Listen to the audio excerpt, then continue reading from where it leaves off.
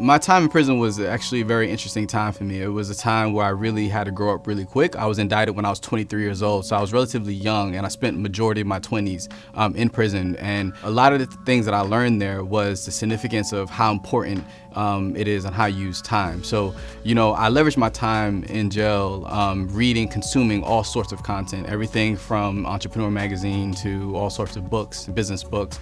And I really just wanted to develop and educate myself to be able to be most prepared for what I had saw for my future. Because the last thing I wanted to do was rely on someone to give me an opportunity, so I knew early on that I would have to create my own. It wasn't as easy as it should be getting a hold of materials so that you can educate yourself in that environment. Most of what you get is very old and outdated, but nevertheless, there's lots of good principles that don't change, especially with business principles. And a lot of things just came back from my own entrepreneur spirit from distributing marijuana from Mexico through Las Vegas, through Tampa and St. Petersburg and all different places in Florida. The principles were the same. I just had the product wrong. It's the same concept of getting the right price when you purchase and selling for the right price when you have to your customers, using those same fundamentals and using that same entrepreneurial drive, but just getting the product right and then focus on a really tangible problem that you can build a solution to. While I was serving my time in prison, I had the idea in my mind. I used to jot down what I wanted to be, what I wanted the website to look like, how I wanted things to work. It was a process from